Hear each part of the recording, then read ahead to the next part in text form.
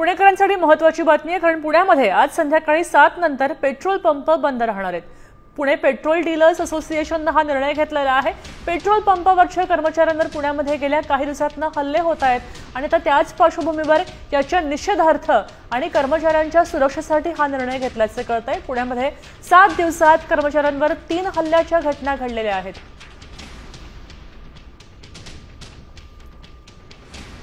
आपल्यासोबत अक्षय बडवे पुण्यातून जोडले गेलेत। अक्षय, पुण्यामध्ये पेट्रोल पंपावर हल्ले होत आहेत असे कळतंय, नेमके कोणाकडनं हे हल्ले होत आहेत त्याबद्दल काही तपास झालेला आहे का? गेल्या काही दिवसांपासून आपण जर पाहिलं तर पेट्रोल पंपावरील कर्मचाऱ्यांना मारहाणीचे प्रकार सातत्याने घडतात आणि याचे सीसीटीव्ही सुद्धा समोर आले आणि याचाच निषेधार्थ आज all India petrol diesel association कडून आज पुण्यात संध्याकाळी 7 नंतर जे पेट्रोल पंपावरची पेट्रोल आणि डिझेलची विक्री आहे ती बंद करण्याचा त्यांनी निर्णय घेतलाय। तत्पूर्वी आज पुणे पोलीस आयुक्त यांची देखील ते भेट घेणार आहेत आणि त्यावर लवकरात लवकर उपाययोजना काढा आणि या सगळ्या आरोपींना लवकरात लवकर कठोर शासन करा अशी या पेट्रोल डीलर असोसिएशनची मागणी आहे।